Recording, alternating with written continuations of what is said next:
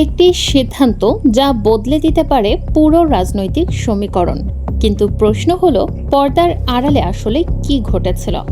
ক্ষমতার অলিন্দে যখন কোনো অদৃশ্য সুনামি আঘাত হানে, তখন বাইরে থেকে শুধু তার ধ্বংসাবশেষটুকুই দেখা যায়।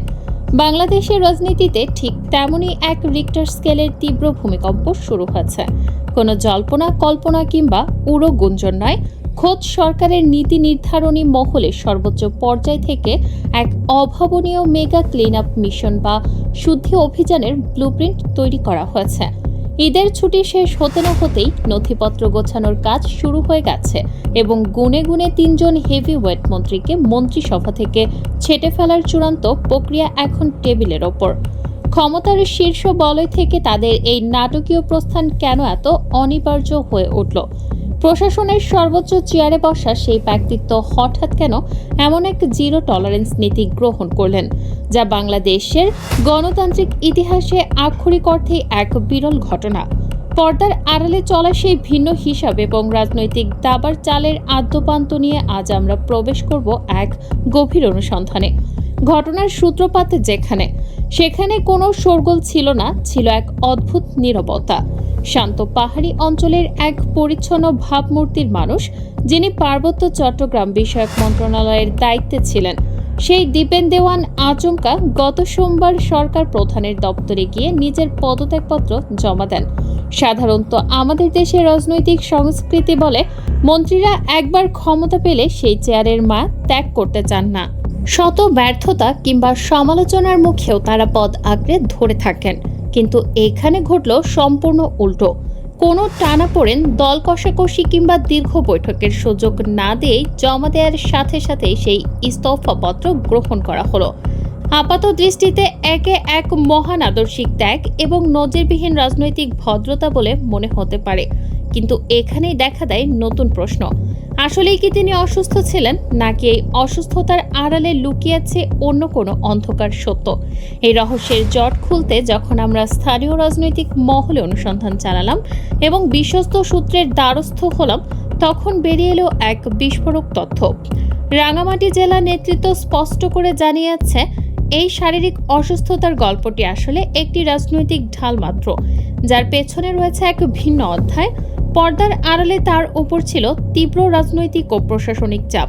সরকার গঠনের পরপরই শীর্ষ পর্যায় থেকে একটি অত্যন্ত শক্তিশালী এবং গোপন মনিটরিং সেল গঠন করা হয়েছিল, যার একমাত্র কাজ ছিল প্রতিটি মন্ত্রী এবং এমপির প্রতিদিনের কাজের ফাইল ও আমলনামা নিখুঁতভাবে তৈরি করা। সেই গোপন রিপোর্টের পাতায় দীপেন দেওয়ানের পারফরম্যান্স গ্রাফ ছিল একেবারে তলানিতে। অর্পিত দায়িত্ব পালনে চরম ব্যর্থতা, সিদ্ধান্তহীনতা এবং মন্ত্রণালয়ের সার্বিক স্থবিরতার কারণে তাকে শীর্ষ পর্যায় থেকে স্পষ্ট বার্তা পাঠিয়ে জানিয়ে দেওয়া হয়েছিল, হয় সসম্মানে সরে দাঁড়ান, না হলে কঠোর আইনি ও প্রশাসনিক ব্যবস্থা নেওয়া হবে। কিন্তু এই বিদায় তো কেবল একটি ট্রেলার মাত্র। আসল বড় ধাক্কাটা আসতে যাচ্ছে অন্য জায়গায়। এর পরের নামটি আরও বেশি চমকপ্রদ, নাটকীয়তায় ভরপুর এবং রাজনৈতিক বিশ্লেষকদের জন্য এক মস্ত বড় বাধা। তিনি আর কেউ নন, একসময় রাজপথ কাঁপানো এবং তরুণ সমাজের আইকন হিসেবে পরিচিত পাওয়া নুরুল হক নূর। সময়ের চাকা একটু পেছনে ঘোরালে মনে পড়বে, এই তরুণ নেতার নির্বাচনের আগে টেকনাফ থেকে তেঁতুলিয়া পর্যন্ত উচ্চকণ্ঠে ঘোষণা দিয়েছিলেন যে প্রচলিত বড় দলগুলোর নীতি একই মুদ্রার এপিটোপিট এবং দেশের স্বার্থে এদের কাউকেই ক্ষমতায় আসতে দেওয়া যাবে না। অথচ ক্ষমতার মোহ, লালসা এবং রাজনীতির জটিল হিসাব নিকাশ এত দ্রুত রং বদলায় যে তিনি নিজেই নিজের আদর্শের 180 ডিগ্রি বিপরীতে গিয়ে নতুন জোট গঠন করলেন। নির্বাচনে অংশ নিলেন এবং পুরস্কার হিসেবে লুফে নিলেন দুটি গুরুত্বপূর্ণ মন্ত্রণালয়ের প্রতিমন্ত্রীর চেয়ার, শ্রম ও কর্মসংস্থান এবং প্রবাসী কল্যাণ ও বৈদেশিক কর্মসংস্থান। কিন্তু রাজপথের সস্তা বক্তৃতা, মেঠো স্লোগান আর রাষ্ট্রের নীতি নির্ধারণী চেয়ারের যোগ্যতা যে সম্পূর্ণ আলাদা জিনিস, তা প্রমাণ হতে মোটেও বেশি সময় লাগেনি।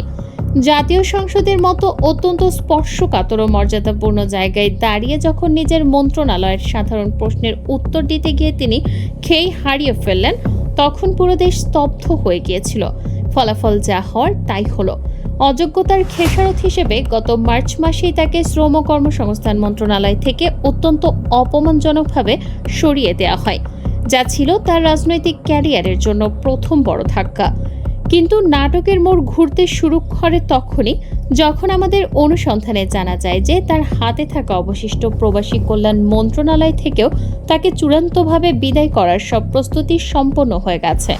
দেশের অর্থনীতির লাইফলাইন বা মূল চালিকা শক্তি হলেন যে প্রবাসীরা রেমিটেন্সের চাকা যারা সচল রাখেন, তাদের কল্যাণে কোনো দূরদর্শী বা কার্যকর পদক্ষেপই তিনি নিতে পারেননি। ভেতরের খবর বলছে খুব শীঘ্রই তাকে এই পদ থেকেও চূড়ান্তভাবে অব্যাহতি দেওয়া হবে এবং তখন তিনি কেবল একজন সাধারণ জোটের শরিক হিসেবে সংসদের এক কোণায় পড়ে থাকবেন। ক্ষমতার দম্ভে নিজের আজীবনের লালিত নীতি বিসর্জন দেওয়ার এর চেয়ে বড় রাজনৈতিক ট্র্যাজেডি আর কি হতে পারে? কিন্তু এখানেই শেষ নয়। এই তালিকায় থাকা তৃতীয় নামটি শুনলে যে কেউ চমকে উঠতে বাধ্য, কারণ তার ক্ষমতার পরিধি ছিল অসীম। তিনি হলেন দলের অন্যতম হেভিওয়েট নেতা শেখ রবিউল ইসলাম। তাকে সরকার যে পরিমাণ ক্ষমতা ও কর্তৃত্ব দিয়েছিল তা ছিল এক কথায় অভূতপূর্ব এবং নজিরবিহীন। সড়ক পরিবহন ও সেতু, রেলপথ এবং নৌ পরিবহন, এই তিনটি মেগা মন্ত্রণালয়ের একচ্ছত্র আধিপত্য ও দায়িত্ব ছিল তার কাঁধে।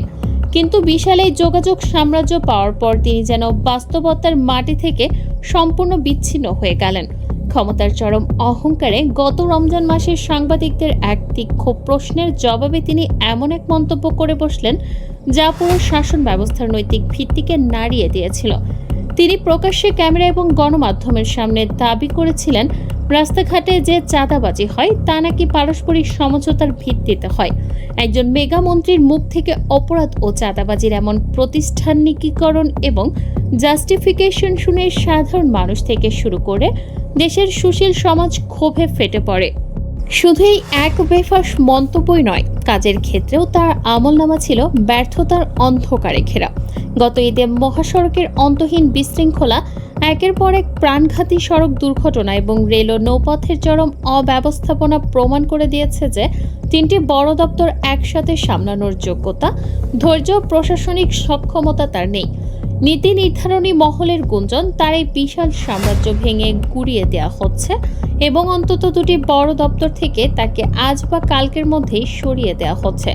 তাহলে এই পুরো রাজনৈতিক শুদ্ধি অভিযানের পেছনের আসল মাস্টারমাইন্ডের কৌশলটা কি? তিনি আসলে দেশের মানুষকে এবং নিজের দলকে কি বার্তা দিতে চাইছেন?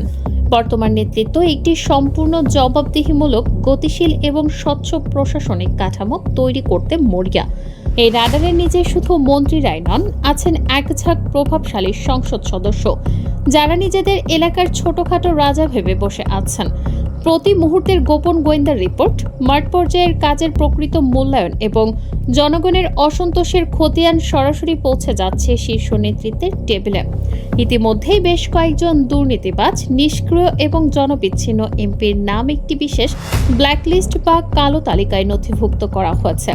খুব শীঘ্রই হয়তো সেই তালিকায় থাকা নামগুলো এক এক করে সরকারি প্রজ্ঞাপনের মাধ্যমে প্রকাশ পাবে এবং তাদের বিরুদ্ধে কঠোর সাংগঠনিক ব্যবস্থা নেওয়া হবে।